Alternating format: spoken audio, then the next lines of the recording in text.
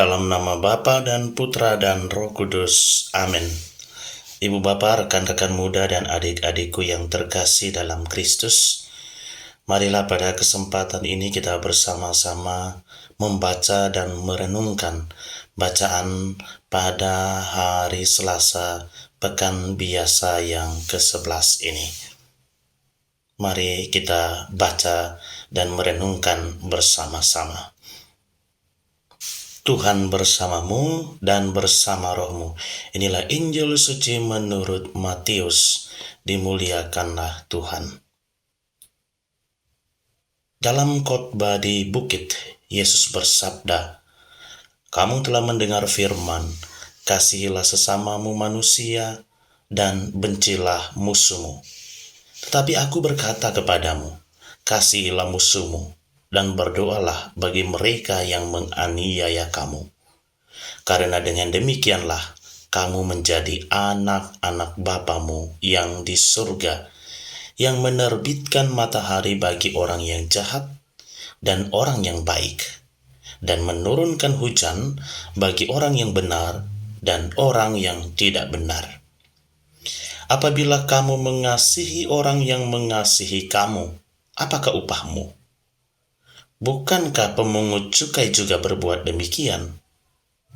Dan apabila kamu hanya memberi salam kepada saudara-saudaramu saja, apakah lebihnya daripada perbuatan orang lain?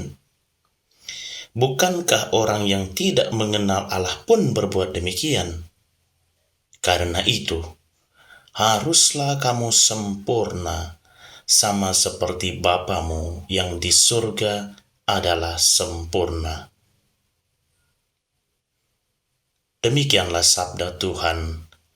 Terpujilah Kristus.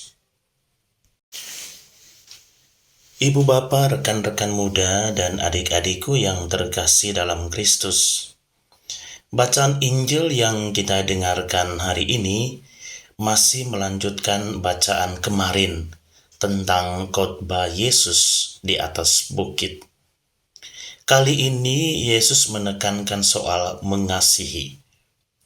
Yesus lebih spesifik menekankan soal mengasihi musuh dan berdoa bagi mereka yang memusuhi kita. Sebenarnya, mengapa Yesus mengajak kita untuk mengasihi dan mendoakan musuh-musuh kita? Karena Yesus sendiri telah terlebih dahulu melakukan itu. Ia tidak pernah membenci dan memusuhi orang-orang yang membenci dan bahkan menyalibkan Dia. Kita lihat saja, ketika tergantung di kayu salib, Ia justru berdoa kepada Bapa untuk mengampuni mereka yang telah menyalibkan Dia. Betapa lapangnya hati Yesus, betapa tulusnya cinta Yesus. Mengikuti Yesus berarti menjalankan apa yang telah ditunjukkan oleh Yesus. Bagaimana kita dapat mengatakan diri sebagai pengikut Yesus, sedangkan kita tidak mampu mengampuni? Ibu bapa, rekan-rekan muda dan adik-adikku yang terkasih dalam Kristus, musuh dapat diartikan sebagai lawan. Lawan dalam hal permainan, perdebatan, peperangan, pertandingan, dan lain sebagainya. Maka jika kita menjadi musuh dalam satu hal, belum tentu menjadi musuh dalam hal lain. Misalnya saja, saya mempunyai musuh atau lawan dalam bermain tenis meja.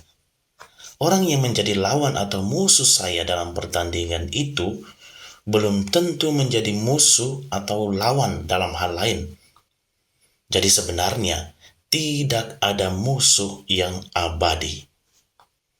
Kita bermusuhan saat ini, oke, tapi janganlah permusuhan itu dibawa terus selama hidup kita, disimpan selama bertahun-tahun di dalam hati kita.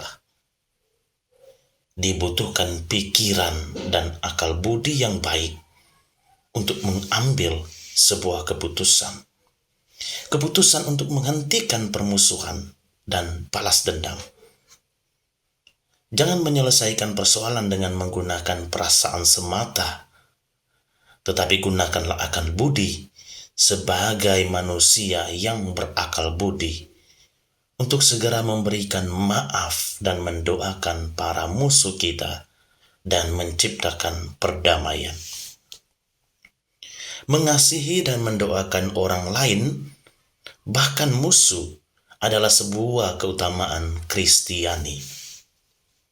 Makna terdalam mencintai musuh dalam ajaran Kristiani adalah mencintai musuh sebagai identitas Kristiani, dan mencintai musuh merupakan sikap ambil bagian dalam cinta Allah, sehingga dapat menghancurkan kejahatan dan memusnahkan permusuhan.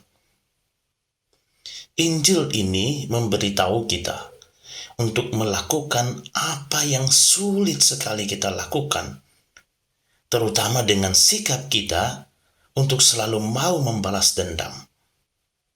Dengan Injil ini, kita diminta untuk dapat memberi contoh kepada orang lain bahwa meski terluka, meski sakit, kita sanggup memberi maaf, meskipun sebenarnya tidak diminta dari kita.